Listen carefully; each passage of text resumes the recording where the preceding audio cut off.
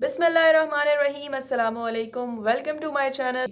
अगर आपको क्रिप्टो के बारे में सीखना है, अर्निंग और इन्वेस्टमेंट के बारे में सीखना है कि किस तरह से क्रिप्टो काम करता है, तो आपने बिल्कुल परेशान नहीं होना, क्योंकि इस चैनल पे आपको कंप्लीट फ्री ऑफ कॉस्ट सिखाया जाएगा कि किस तरह से आप अर्निंग और इन्वेस्टमेंट कर सकते हैं।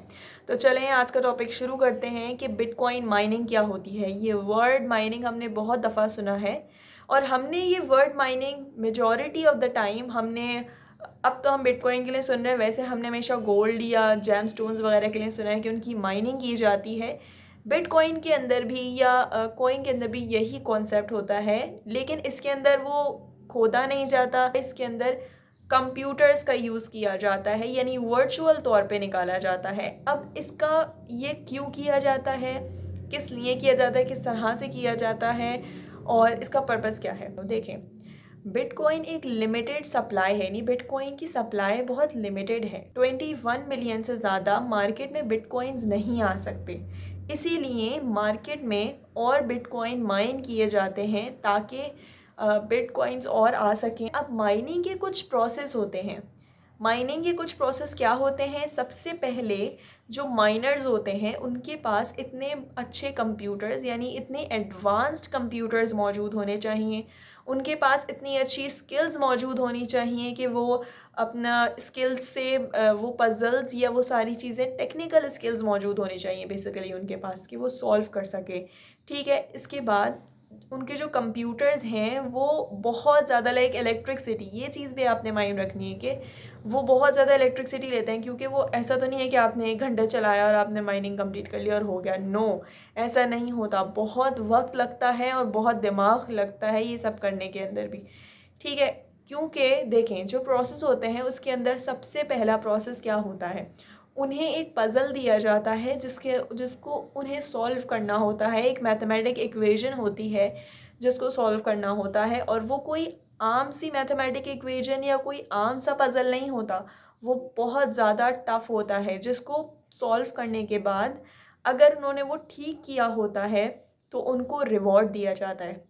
यानी बिटकॉइन माइनर्स का माइनिंग करने का सबसे बड़ा पर्पस ये होता है कि उन्हें रिवॉर्ड मिलता है ये करने के लिए, और वो रिवॉर्ड भी कोई छोटा नहीं होता, वो अच्छा खासा बड़ा रिवॉर्ड दिया जाता है उनको ये करने के लिए। 2009 में जब पहला बिटकॉइन माइन किया गया था तब 50 बीटीएच दिए जाते थे, लेकिन जैसे जैसे वक्त आगे गया, जैसे जैसे कीमतें बढ़ती गई बिटकॉइन की, तो फिर हाफ कर दिया गया, यानी 2016 में सिर्फ 25 बीटीएच दिए गए। फिर उसके बाद और जैसे जैसे साल बढ़ते गए तो ऐसे हाफ हाफ कर दिए गए। तो प्राइजेस तो बहुत ज़्यादा बढ़ ही रहे हैं, तो रिवॉर्ड भी आप सोच सकते हैं कि कितना ज़्यादा बड़ा होगा। माइनिंग करने का दूसरा पर्पस ये भी है कि वो पूरा सिस्टम सेफ़ रहे, पूरा सिस्टम सिक्योर रहे, वो काम करता रहे। ऐसे तो नहीं है ना कि 3-4 आ गए और 3-4 बिटकॉइन आ गए मार्केट में, अब वही सर्कुलेट हो रहे हैं और आगे नहीं आ रहे। नहीं, पूरे सिस्टम को चलाने के लिए और भी माइनिंग करना बहुत ज़रूरी है। लेकिन अभी तक स्टिल 2009 से लेके 2022 तक 18.8 मिलियन बिटकॉइन माइन किए गए थे, लेकिन अभी तक कंप्लीट माइनिंग नहीं करी गई है। अभी भी और आने वाले सालों में, तक अंदाज़ा है कि आने वाले 50 सालों तक में कंप्लीट नहीं हो सकती। तो फिर आप खुद सोच सकते हैं कि कितनी ज़्यादा मुश्किल है। इसके अलावा एक बात ये भी है कि भाई कोई भी माइनिंग कर सकता है, हाँ कर सकता है, अगर उसके पास इतनी नॉलेज और इतना वो अफोर्ड कर सकता है, इतने अच्छे कंप्यूटर्स मौजूद हैं, वो इतना इलेक्ट्रिसिटी या ये सारी चीज़ें मैनेज कर सकता है, तो बिल्कुल जो है ना वो भी माइनिंग कर सकते हैं और वो भी रिवॉर्ड हासिल कर सकते हैं।